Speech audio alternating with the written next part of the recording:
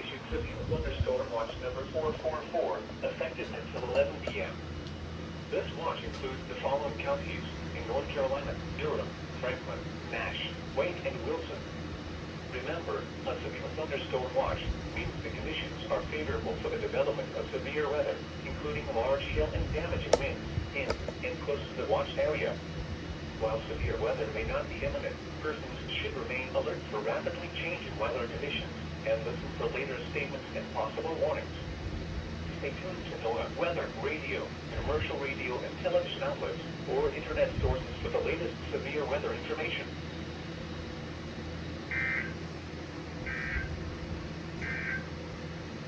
The current time is 7:06 p.m. Eastern Daylight Time.